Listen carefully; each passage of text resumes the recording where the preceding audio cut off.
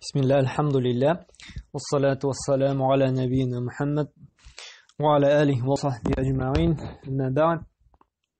Biz o'tgan darsda tavba temaсын alıp gitgeni ham anda kelgan bir hadislarni o'qidik, bayon qildik, endi sharhladik. Ham mana 3-chi temaga kiribmiz. Bunda Imom an-Nawawi sabrlik temaсын ochib jibara. Ham şuшы sabırlıq temasında kirganda da ул başta bir neçe ayet getirgen, anları sabırlıkka kagılışlı indi hadislerini zikir etip gitken. En birinci bilirge kerek нәрсе соңу sabırlık. Sabırlık tili ягыннан карасан, ул шыдамлык, түземлек, үзеңне кулда тутып туру дип әйтелә инде. Һәм халык арасында да бит инде sabırlık нәрсә ул дигәндә sabır булу, ул түземле булу. Авырлык килгәндә инде кешенең үзе белән идарә итә алуы, ямьсез сүзләр әйтүдән һәм начар гамәлләр кылудан тыелып калуы, шушы сабырлык дип йөртелә инде. Һәм галимнәр дә әйтә, менә бу сабырлык ул нәфесне тәрбияләр өчен, нәфесне буйсындырыр өчен, кайбер нәрсәдә гынахлардан тыелыр өчен бик тә кирәкле мусульманга хас булган сыйфатларның берсе. Һәм галимнәр әйтә, менә бу дини яктан сабырлык нәрсә ул дигәндә, ул сабырлык Аллаһ Тәгаләгә буйсынганда, итагать иткәндә түземле булу һәм Аллаһ Тәгалә тыйган гынахлардан сабыр итеп, гынах кылмыйча үз-үзеңне тотып кала белү һәм шулай ук Аллаһ Тәгалә язган тәкъдиргә, язмышка, менә төрле бәла-казаларга юлыгабыз бит, төрле сынаулар килә, менә шушында да зарланмыйча, сабыр булып, үзеңне тотып кала белү инде. Шушы зарлануга, анда теләсә инде сүзләр әйтүгә әйтмичә инде. Һәм менә шуларны әз генә бәян кылып китербез. Менә бу 3 әйберне әйттек бит, сабыр булу нәрсәләрдә кирәк дидек, 3 нәрсәдә кирәк була дидек. Шулай бит сабырлык. Беренчесе Аллаһка итагать иткәндә дидек, икенчесе гынахлардан тыелганда сабырлык кирәк, һәм өченчесе Аллаһның тәкъдиренә, язмышыбызга, безгә килгән төрле сынауларга сабыр булу дидек. Иң беренчесе без нәрсә дидек? Аллаһка итагать иткәндә сабыр булу. Чөнки беләбез, гыйбадәт кылу, Аллаһка табыну, буйсыну, ул нәфес өчен ул авыр. Чөнки нәфес ул ярата рәхәтлекне. Ул эшлисе килми, гыйбадәт кыласы килми. Шулай бу, аның тырышасы килми. Нәфес ул нәрсә начарлыкка гел этәрә, ялкаулыкка, гафиллеккә. Шуңа күрә һәм шулай ук нәфескә авыр садака бирергә, закат бирергә, малыңны чыгарырга, шулай бит. Нәфес саранда әле ул. Һәм менә шушы барлык изгелекләр кылганда, итагать иткәндә сабырлык кирәк. Авыр бит, иртәнге тәмле йокыдан торып, тәһарәт алып намаз укырга. Шулай бит. Авыр бит, ай буе ураза тотырга. Авыр бит, хаҗга, гомрәгә барырга, нинди юллар, ничә мең километрлар юллар атып, кеше арасында анда, күпме кеше арасында таваф кылулар, Сафа, Марвалар йөрергә, анда Муздалифа, миналарда булырга. Авыр бит, авыр. Нәфескә бу рәхәт түгел. Һәм менә шушы бөтен нәрсәгә дә сабыр булу кирәк, түземлелек кирәк, чыдамлылык кирәк. Бигрәк тә шушы итагать итү әмерләрендә. Һәм икенчесе, шулай гынахлардан тыелганда да үз-үзеңне тотып калырга бик авыр. Шулай бит, нәфес гынахка этәрә. Нәфес тели ялганнарга, нәфес тели алдаларга, нәфес тели рибага, акча алырга. Шулай бит, нәфес тели зина кылырга, нәфес тели хәмер кулланырга, эчәргә, урларга, таларга һәм башка гынахлар эшләргә тели. Әмма кеше үзен тотып калып, шушы гынахлардан тыела Аллаһ ризалыгы өчен. Әмма галимнәр әйтә, әгәр дә бу гынах аның уена да керми икән, уйламый да ул гөнаһ турында, һәм эшләми дә ул. Бу сабыр дип саналмый ди. Менә кешегә мөмкинчелек туды зина кылырга. Менә матур кыз килде, беркемгә әйтмим, әйдә йоклыйк әле синең белән. Һәм уй килде бит инде, монда хәзер нәфес, әйдә ләззәтләнерсең дип беркем әйтми ди.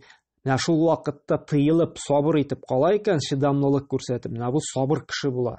Гөнаһка сабыр кылган була. Әмма уйламый да ул чит кызлар белән, хатын кызлар белән буталышмый да, йөрми дә, уенда да юк. Мондый кеше әле гөнаһка сабыр була дип әйтелми. Әлхәмдүлилләh, бу бик яхшы кеше. Әгәр дә шундый уй фикерләр керми, буталышмый икән, бу бик яхшы. Әмма гөнаһлардан сабыр итүгә, менә сиңа гөнаһ кылу мөмкинчелеге ачыла икән, син түземлек белән сабыр итеп кылмыйча каласың икән, син шушы төркемгә керәсең инде. Шушы гөнаһтан сабыр кылучы инде. Һәм өченчесе нәрсә дидек? Тәкъдиргә сабыр итү. Чөнки безнең тормыш без теләгәнчә генә бармый. Шулай бит? Без бит инде телибез булай булсын, тәгеләй булсын, гел зарланабыз, нишләп алай түгел, нишләп булай түгел, нишләп мине хөрмәт итмиләр, нишләп миңа шуның хәтлек зарплат түләмиләр, нишләп бөтен нәрсә начар, я авыртып китәбез, сәламәтлек белән сыналабыз, я берәр якын туганыбызны югалтабыз, я юл фаҗигасына очрыйбыз, һәм башка төрле сынаулар килә. Шулай бит инде.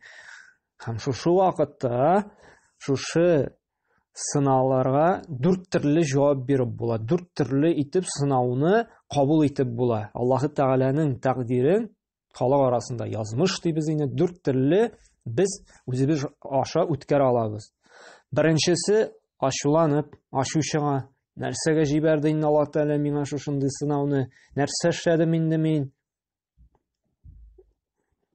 Икенчесе сабыр итеп бер нәрсәне дәшмисез. Сабыр гына итәсең, түземлелек белән. Өченчесе риза булып, монсы тагын да өстен.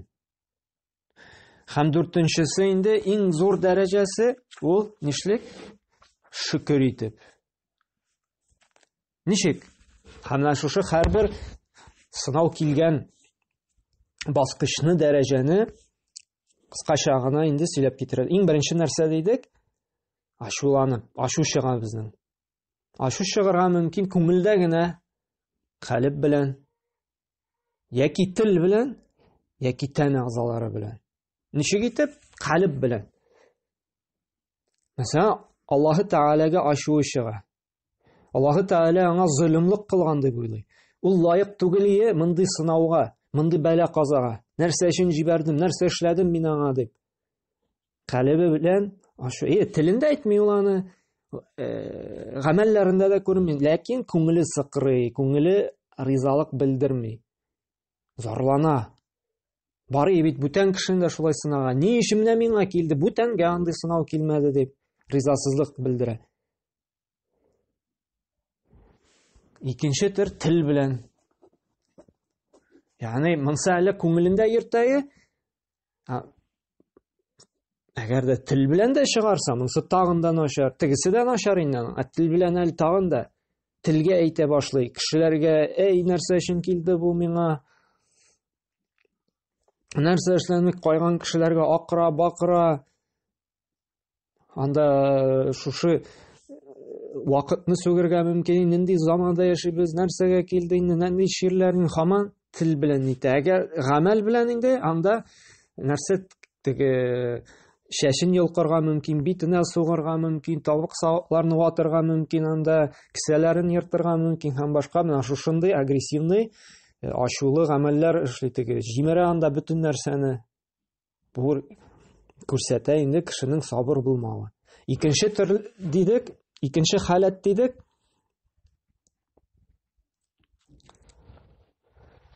Ул да булса сабырлык, шулай бит. Әйе, ул яратмый инде бәла-каза килгәнен, сынаулар килгәнен, шулай бит инде. Әмма күңелендә бер нәрсә дә нитми. Зарлану хисе дә юк, ни дә юк. Күңелгә, нәфискә ышанмый, яратмый, әмма зарланмый да. Сабыр итә, бер нәрсә әйтмей. Телендә дә, калбендә дә, гамәлендә дә просто сабыр итә. Түземле була, чыдамлы була. Яратып бетермәсә дә. Бу инде ким дигәндә без шулай сабыр итеп, түземле, чыдамлы гына сынауны үткәрергә тиешбез. Күңелдә дә бер нәрсә тудырмыйча, тел белән дә зарланмыйча, гамәлләребездә дә чагылдырмыйча. Аннан өстәнрәк инде дәрәҗә ул риза булу. Аллаһы Тәгалә җибәрде икән, ул инде риза була шушы сынауга. Чөнки Аллаһы Тәгалә аның хуҗасы, аның Раббысы, аңа ризык бирүче, аңа сәламәтлек бирүче, аңа һавасын бирүче, бар нәрсәне дә бирүче аның хуҗасы аны сыный. Һәм канәгать булырга тиеш. Моны инде нык иманлы, бик тақва кеше генә эшли ала. Һәм дүртенчесе инде, монсы инде бик дәрәҗәлесе, бик өстене дигәндә ул да булса шөкер итү. Аллаһы Тәгаләгә шөкер итә шушы биргән сынаулары өчен. Һәм әйтә нәрсә ди? Әлхәмдүлиллаһ аля кулли хәл. Бар нәрсә булса да барча мактау Аллаһка ди. Чөнки Раббым мине сынады ди, мин канәгать ди. Чөнки моңарча әлхәмдүлиллаһ яшәтте бит. Бу авырлыгы да вакытлыча ди. Фәиннә ма'ал усри юсра ди. Авырлыктан соң җиңеллек килә ди. Раббым иманымны сыныйдыр, Раббым дәрәҗәмне күтәрәсе киләдер җәннәттә, Раббым гөнаһымны ярлыкларга телидер шушы сынау аша дип шөкер итә. Моңа инде бик чын инанган, хәтлектәге Аллаһка якын булган, җәннәткә омтылган кеше генә ирешә ала. Сынау килсә шөкер итеп кабул итү.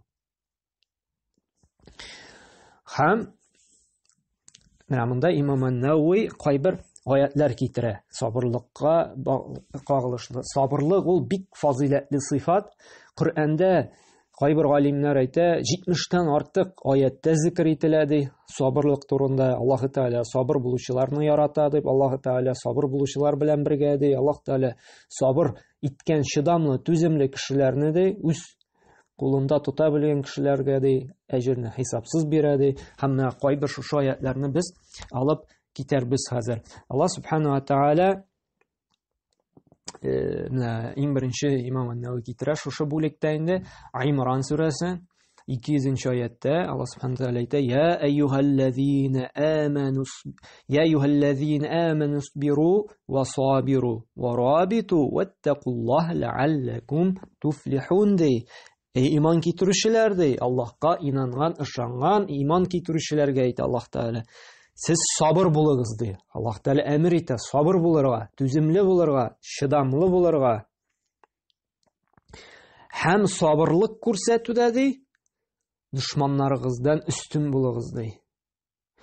Шулай ук сез сакта торыгыз һәм Аллаһ җәзасыннан сакланыгыз ди. Бәлки өстенлеккә ирешерсез ди. Бәлки уңышка ирешерсез ди. Аллаһ Субханаһу ва Тәгалә. Менә бу аятта инде Аллаһ Субханаһу ва Тәгалә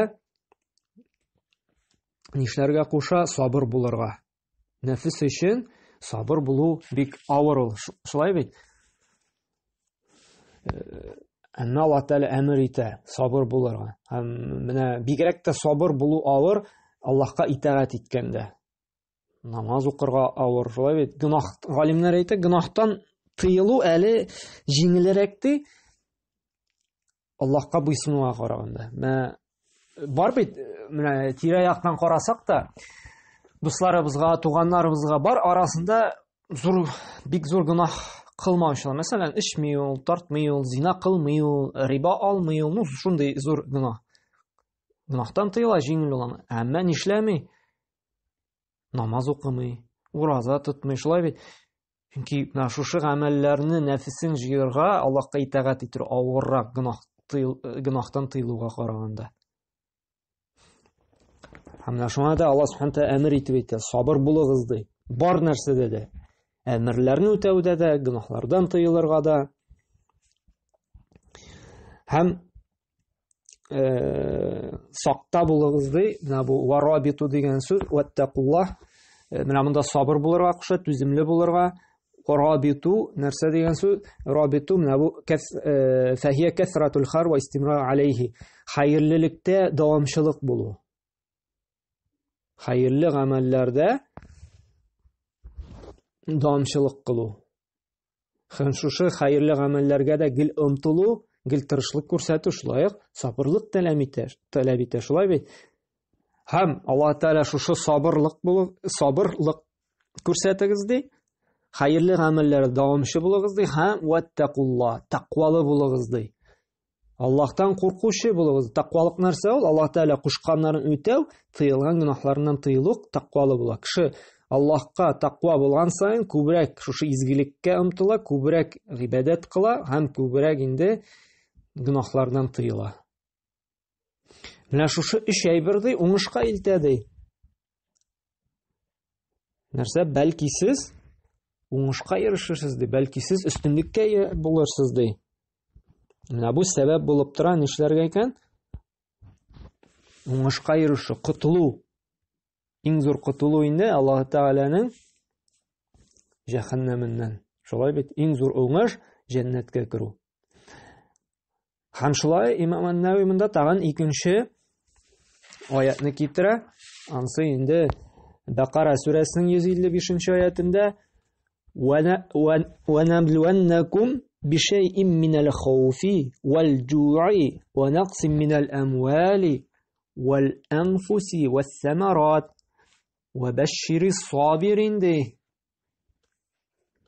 Нәрсә ди Аллаһ Субхану Тәгалә? Без сезне ди куркуга салып ди, ачлык белән ди, мал-мөлкәтне ди югалттырып ди, үлем белән ди, һәм җимеш бирүләрне киметеп ди, сынап карарбыз ди.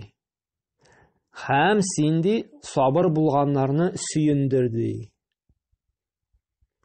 Нәрсә ди Аллаһ Субхану Тәгалә бу аятта? وَلَنَبْلُوَنَّكُمْ ди. Без сезне сынарбыз ди, имтихан кылырбыз ди. Нәрсә белән ди? Курку белән ди. Ягъни әйтми һәр вакыт курку дип инде. Куркуның бер өлеше белән ди. Чөнки һәр вакыт курку булса, кеше яши алмас иде. Гел курку халәтендә, шулай бит? Ни өчен беренче курку дип килә? Чөнки куркуның капма-каршыгы тынычлык, иминлек, шулай бит? Бу ачлыкка караганда да өстенрәк. Чөнки кеше ач икән, акчасы юк икән, ул барып каядыр кәсеп итеп, шабашка барып кайтаманда, яки әҗәткә алып тораманда, бер эшкә чыгыпмы, акча алып, ризык ала, шулай бит? Ә менә иминлек булмаса, үстә урамда танклар йөри икән, стенада бомбардировщиклар эшеп йөри икән, бомбалар төшә икән, инде бүген үләмме, иртәгә үләмме дип яши икән, яки вирус таралса, кешеләр кырыла, шулай бит? Бүгенге көндә дә бит шулай үзенә күрә бер куркынычлык бар. Бу хәтәррәк ачлыкка караганда да. Әгәр дә тынычлык булмаса, шуңа күрә Аллаһ Тәгалә монда хауф, куркуны беренче урынга куйган. Һәм икенче урында нәрсә? Вал-җу'ти. Ачлык ди. Ягъни ризык кимү белән ди. Бар кеше ашый бәре тамагы туймый. Аш йөри, шулай бит? Авырту да бар шундай, ашый, тамагы туймый. Яки ризыгының бәрәкәте булмый. Аллаһ Тәгалә безне ачлыктан да имин сакласын. Кеше өчен бигрәк тә мөһим әйбер, шулай бит? Иминлек, тынычлык, ризык булу кеше өчен бик мөһим әйбер. Аллаһ Тәгалә сынап карарбыз ди, шушы ачлык белән дә ди, курку белән дә ди, һәм нәрсә ди? Өченчесе وَنَقْصٍ مِّنَ الْأَمْوَالِ. Малларыгызны киметеп ди. Ягъни финансовый кризислар җибәреп, акчаның кадере бетү белән, шулай бит? Әҗәткә батырып, төрле банкротстволар белән, факирлек белән сынап карарбыз ди. Һәм тагын сынарбыз ди, вал-анфус. Ягъни үлем белән, якыннарыгызны үтереп, шушы вируслар белән кеше кырыла бит инде, шулай бит? Туганнар, күршеләр, таныш-белешләр китә. Аллаһ Тәгалә сынармын ди, шушы үлем белән ди. Вәс-самарат ди. Шулай ук Корылык белән мәсәлән, уңышсызлык белән, яки ризык булып та, уңыш булып та, бәрәкәте юкка чыгу белән. Һәм менә шушы сынаулар килсә дә, Аллаһ Тәгалә нитте бит? Әйткән идек бит, 4 төрле халәттә кеше кабул итә әле сынауны дидек. Ачулы килер, сабыр булып, риза булып, һәм нәрсә шөкер итеп, шулай бит? Һәм Аллаһ Субханаһу ва Тәгалә нәрсә ди? Шушы аятта кемнәрне шатландырды? Кемнәр шушы сынаудан нитәчәкләр ди? Уңышта булачак. Ва башширис сабирин. Сабыр булучыларны шатландырды, сөендерде. Чөнки нәрсә? Сабыр булган, түземле, чыдамлы кешеләрне, димме? Шушы сынауны тиешенчә Аллаһ кушканча гизеп, үтеп чыга алачак. Чөнки шушы сынауны бирә Аллаһ Тәгалә безнең иманыбызны сынап карар өчен. Без сабыр булабызмы, риза булабызмы, яки зарланып инде Аллаһ Тәгаләгә ризасызлыгыбызны белдерәбезме? Бер уйласаң, ул бит бөтен нәрсә Аллаһ Тәгалә кулында. Бит инде эштә эшлибез. Эштән безгә машина бирергә мөмкиннәр, йорт бирергә мөмкиннәр. Шулай бит? Әгәр дә без провинились икән, берәр нәрсә начаррак эшләдек икән, начальство бит инде премияны кисә мәсәлән, яки зарплатаны киметә. Һәм әйтә, син шушындый эшеңне җиренә җиткереп үтәмәдең. Менә шуңа шундый наказание. Без яратмыйбыз моны, шулай бит? Ризалык белдермибез бит. Әмма беләбез, чөнки үзем виноват, мин бит хаталы. Эшемне җиренә җиткереп эшләмәдем.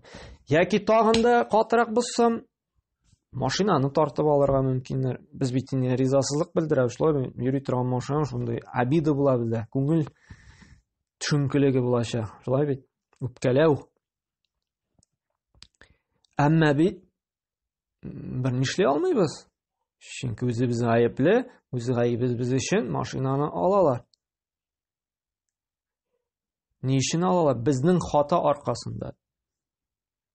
Безнең ялгышу, безнең эшкә салкын карау аркасында. Һәм без берничә алмыйбыз, чөнки алар безнең начальство, безгә шушы эш белән тәэмин итүче.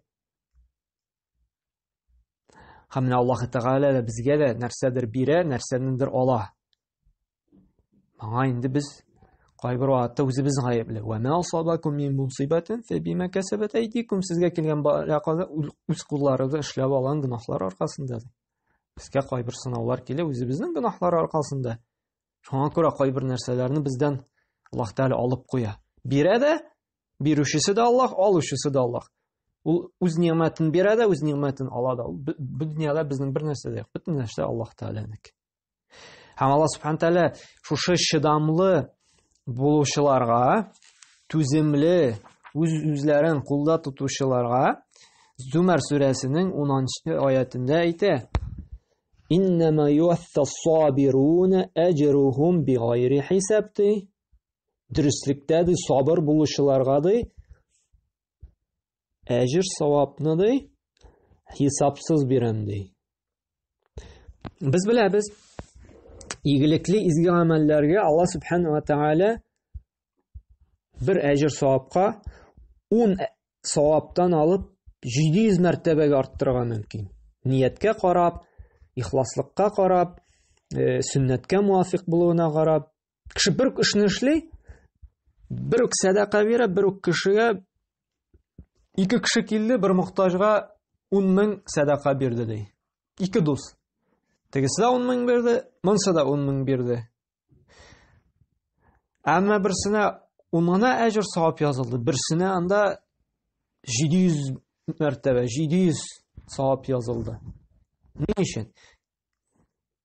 Берсенең нияте ихластан, Аллаһ бирергә кушты, Аллаһ Тәгаләгә якынаям, шушы мохтаҗга ярдәм итәм дип, Пәйгамбер саллаллаһу сөннәте буенча яшереп бирүче кул сораучыдан хәерлерәк дип, уң кулның биргән сул кулда күрми дип яшереп, икенчесе бирде, ярар, сорагач бирим инде, мактарлар, дусларыма сөйләм, бер факир бар, 10 мең илтеп бирдем әле дип, сиңа бирәм, әйтерсең, сөйләрсең, ярдәм иттем дип. Ягъни күңелендә әзрәк кенә мактану хисе дә барды. Күңелендә теге ихласлыгы да бик әз ди. Шуның белән савабы әз кими.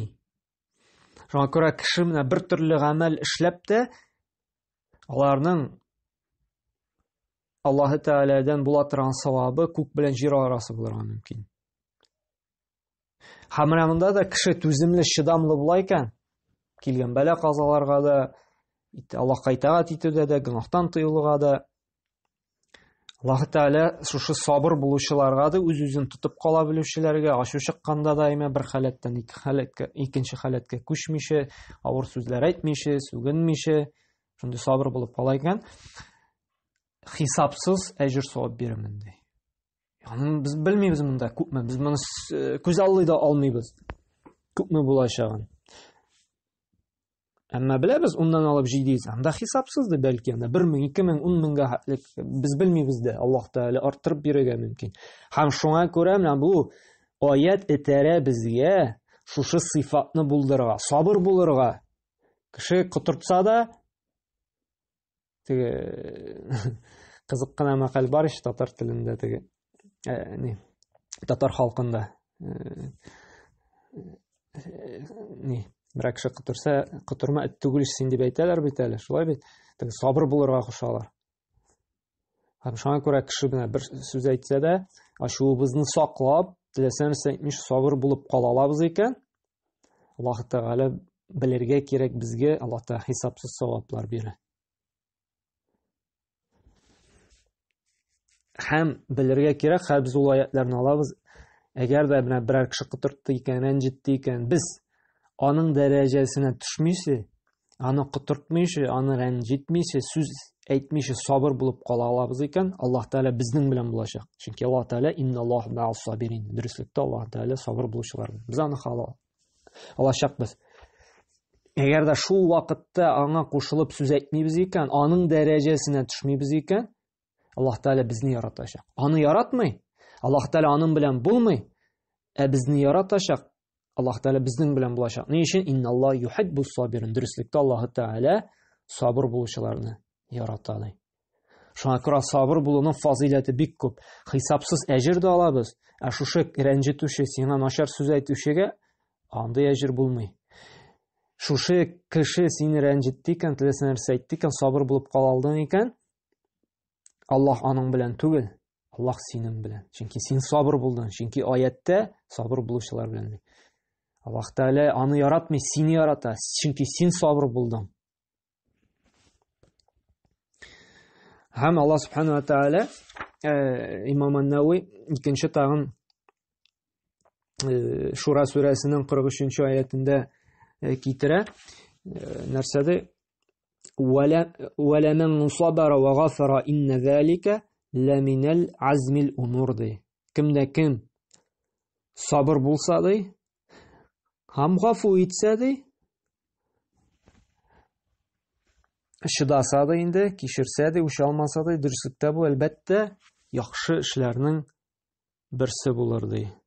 Нәрсә дигән сүз? Кем инде менә бу кешеләрнең явызлыгына сабыр булып, шулай бит, чыдый алса, шуларның бузыклыгына диек инде менә сиңа килгән зыянына сабыр итеп, һәм шуңа өстәп әле гафу итсә ди, бу иң яхшы ни кылган була, изгелек кылган була. Шуңа күрә менә бу аят безне этәрә кешеләрнең явызлыгына, шәкелегенә сабыр булырга. Һәм инде гафу итүчән булырга. Ләкин бер нәрсәне монда аңларга кирәк. Бөтен сиңа начарлык эшләгән бөтен кешене дә гафу итәргә кирәкме? Яки кайберләрен генә монда бер генә ни бар? Үзенчәлек диек инде, бер окошко.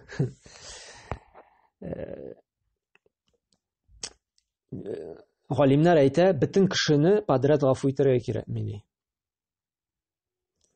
Чөнки монда 2нче аятта килә, Шура сүрәсенең менә алдарак аятында 40нчы сүрәдә әймә, "Фәмән афа ва аслаха ди, фәҗруһу аля Аллаһ." Кем ди? Гафу итсә һәм аслаха ди. Нишләтсә ди? Түзәтсә, яхшылатса. Шулатта әҗер Аллаһтан. Ничек итеп аңларга? Кеше сиңа начарлык кылды икән, әгәр дә ул кеше танылган икән,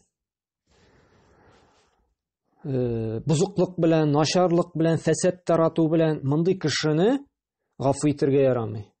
Әгәр дә гафу итте икән, бу тагын да әле гафу итәләр, кичерәләр, нормально дип, тагын да әшәклеген арттырачак. Мисал өчен, бер әшәк кыйнап китте дә сине, син барып заявление яздың, килеп гафу итендең, итте, җылады, гафу ит, кичер мине дип, син бардың, яра заявлениене алдың. Һәм ул уйлый, яра, гафу итәләр бит, тагын барып кемнедер кыйный. Яки урлый, яки талый, яра, гафу итәләр бит. Яки акча биреп котыла, шулай бит, син гафу итәсең моны. Бу аның начарлыгын арттырганнан арттыра бара. Шуңа күрә мондый кешене гафу итү түзәтүгә, яхшылатуга китерми. Аллаһ Тәгалә бит нәрсә ди шушы Шура сүрәсендә? Кем гафу итә һәм хәлне яхшылатса, түзәтсә ди, әҗере Аллаһтан ди. Шуңа күрә синең гафу итүдән файда булырга тиеш. Әгәр дә кеше, мәсәлән, бар яхшы кешеләр бит, дөнья тулмаган гел явыз кеше белән, бар акыллы, әйбәт кешеләр дә. Мәсәлән, мәчеттә диек инде, яки эштә бер нәрсәсен калдырып китте дә бер кеше. Гадәттә бу җирдә, бу өстәлдә теге кирәкмәгән әйберне яки бушка тарата торган әйберне куя торган булалар инде. Һәм ул халык арасында теге танылган әйбер инде. Монда бушка куела торган. Һәм берсе ала да китте. Теге ялгыш онытып куйган була анда бер нәрсәсен инде.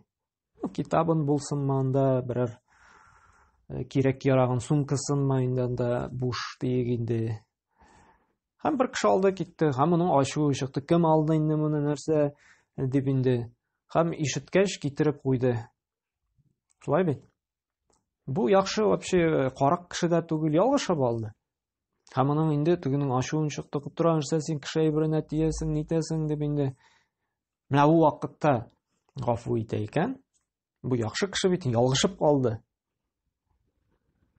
Мин белмәдем, гафу итегез, мин мондый гамәлләр белән шөгыльләнмим, бу хаталанып калганым, кирәкмидер дип уйладым дип инде.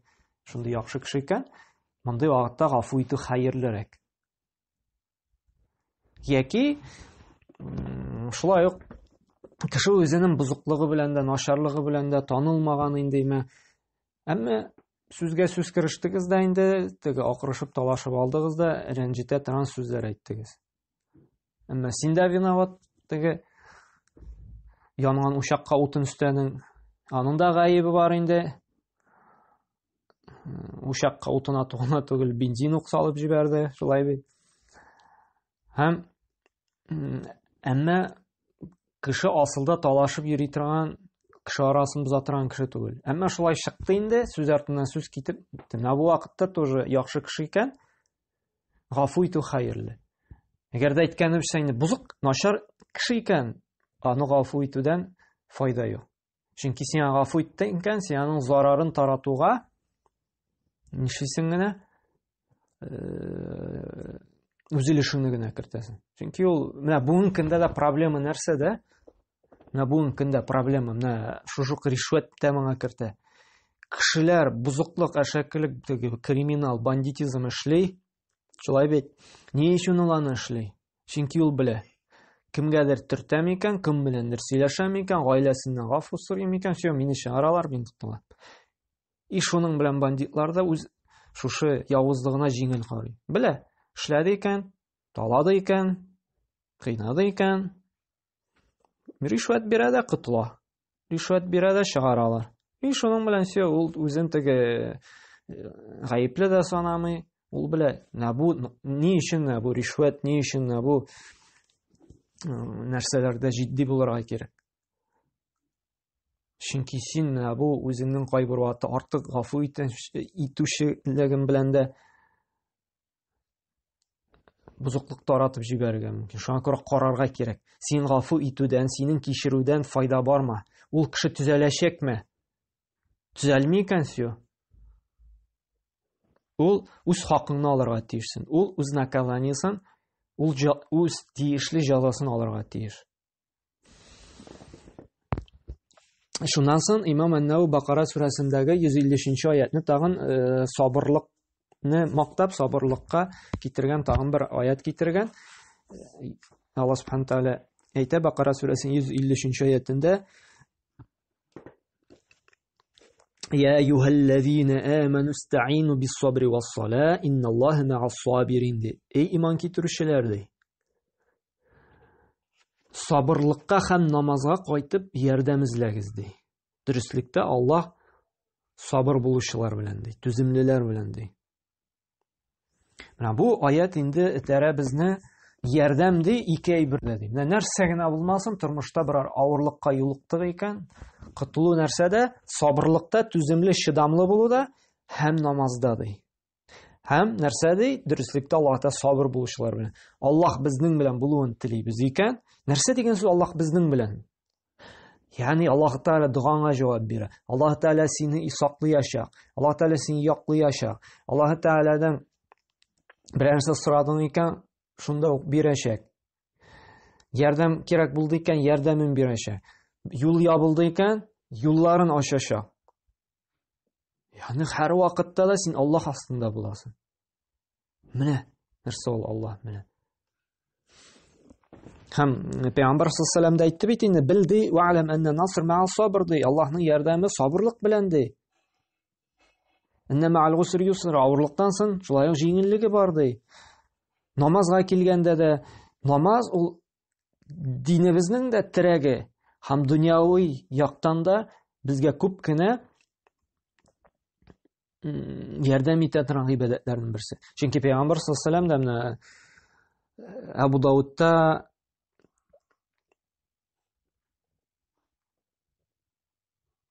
Абу Дауд түгел ни Муснад Имам Ахмад җинтында килә торган хадистә бар бит.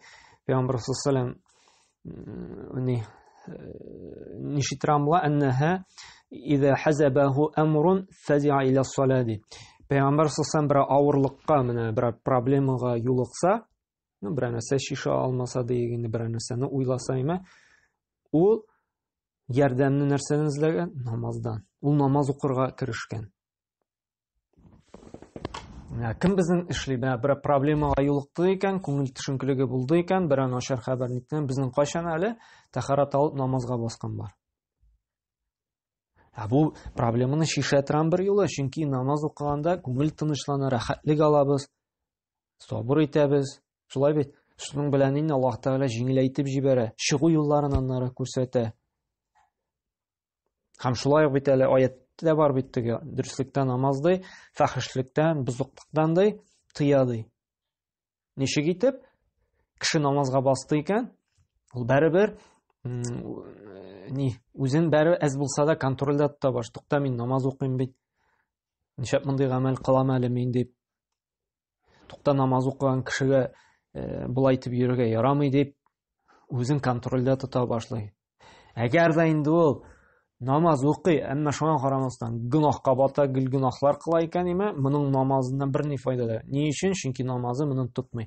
Яки моның намазында ихласлык юк, яки хушуклык юк, яки аңлап бетерми ул намазның әһәмиятен. Шуңа күрә намазга бастың икән, син үзгәрергә тиешсең.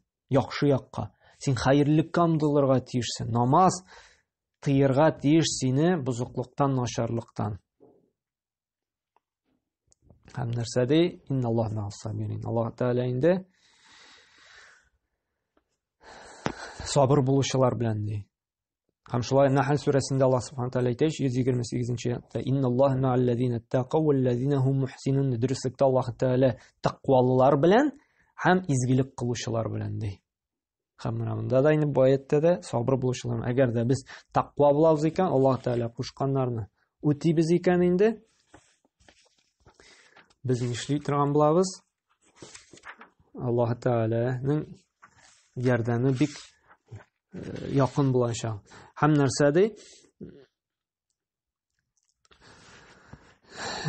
Мухаммад сүрәсенең 31-нче аятында Аллаһ Субхану тәгалә әйтә: "Ва набluwannakum hatta na'lamal mujahidin minkum was-sabirin". Без сезне сынарбыз ди, хәтта ди белер өчен ди.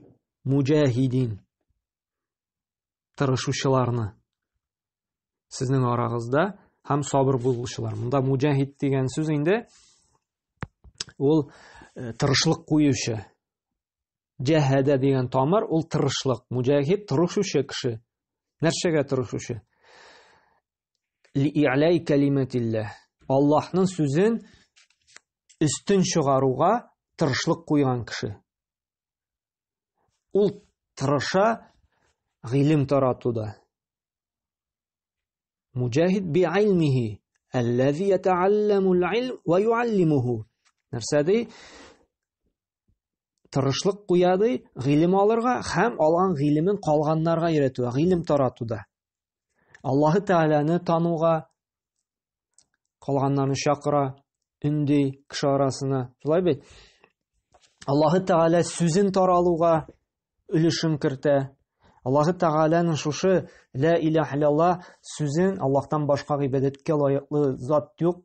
Аллаһы Тәгаләгә гыйбадәткә лаеклы бер үзе дигән сүзне үскә күтәрмәкче була, кешеләргә аңлатмакчы була, җиткермәкче була. Аллаһка гына гыйбадәт кылырга кирәк. Ул гыйбадәтне дә Пәйгамбер саллаллаһу кушканча дип, ул дәресләр бирә, ул сөйли, ул яза, ягъни тырыша Аллаһ юлында. Бу була кем? Муҗахид. Аллаһ юлында тырышучы кеше. Һәм Аллаһ Тәгалә нәрсә ди? Без сезне сынарбыз ди. Күпме дәрәҗәдә сез тырышасыз һәм сабыр буласыз ди. Һәм Аллаһ Субхану тәгалә шушы Бакара сүрәсенең 156-нчы аятында да әйтә бит. Без укыган 155-тә дә инде ва баширус сабирин, сабыр булучыларны инде сөендерде. Һәм нәрсә ди? Менә шушы кайгы хәсрәт килгәндә, бер борчу килгәндә нишләргә кирәк?